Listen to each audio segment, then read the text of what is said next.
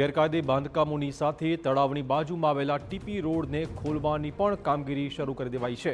તળાવની બાજુમાંથી 18 અને 24 મીટરના રોડ પસાર થઈ રહ્યા છે, જે હાલમાં હયાત 8 મીટર જેટલા છે, જેથી રોડ ઉપર આવેલા આ તમામ ગેરકાયદેસર બાંધકામોનું ડિમોલેશન શરૂ કરાયું છે।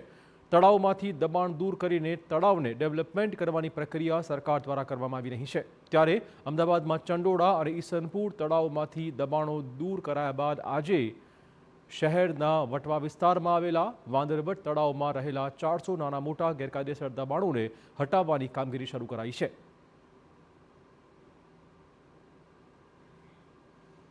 તો વટવાના વાંદરવટ તળાવમાં મેગા ડેમોલેશન અભિયાન, કોર્પોરેશને માનવતા દાખવતા સ્થાનિકોનો પ્રસંગ સાચવી લીધો છે।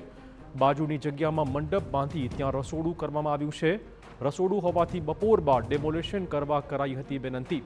રસોડાવાળી જગ્યામાં બપોર બાદ ડેમોલેશન કરવાનો ફેસલો લેવાયો છે।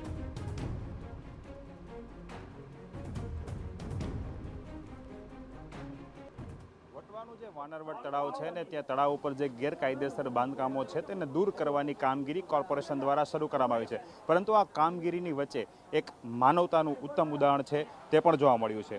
એક જે ઘર હતું ને ત્યાં શ્રીમંતનો પ્રસંગ ચાલી રહ્યો હતો, ત્યારે કોર્પોરેશન અને પોલીસ દ્વારા છે અહીં ડિમોલેશન અટકાવી દેવામાં આવ્યું છે અને તેમને આ બપોર બાદ સુધીનો છે તે સમય આપવામાં આવ્યો છે કે તેમનો જે પ્રસંગ પૂરો થાય અને ત્યારબાદ તેઓ છે પોતાની રીતે જ આ જગ્યા છે તે ખાલી કરી દેશે। અહીં જેમનો અહીં રહેતા હતા તે સ્થાનિકો છે, ભાઈ પ્રસંગ ચાલુ હતો, આજે ડિમોલેશન છે, શું કામગીરી ને તમને હવે શું કહેવામાં આવ્યું? શ્રીમતનું કામ છે, 2 વાગ્યા સુધી અમે કીધું તો કે વાંધો નહીં, કે કામ પતે છે અમે લઈ લઈશું, તો કે સારું। સવારથી પ્રસંગ ચાલુ હતો અને ડિમોલેશનનું કામ પણ ચાલુ હતું, કોર્પોરેશન અધિકારીઓ આવ્યા હતા, વાતચીત કરી તમારે? વાંધો કંઈ કીધું અમે આવું તો કે વાંધો નહીં, કે પસંદ નહીં બગાડી તમારો થઈ જાય છે, મેં વાંધો નહીં કીધું।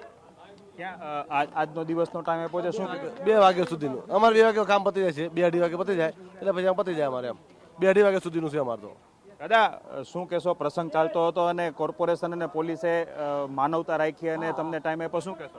એવું કહેશું બારે તારા રાખીએ આ સારું બારે એટલે કોઈ કર્યું 2-2:30 વાગે લઈ લીધી પૂરું કરી નાખશું।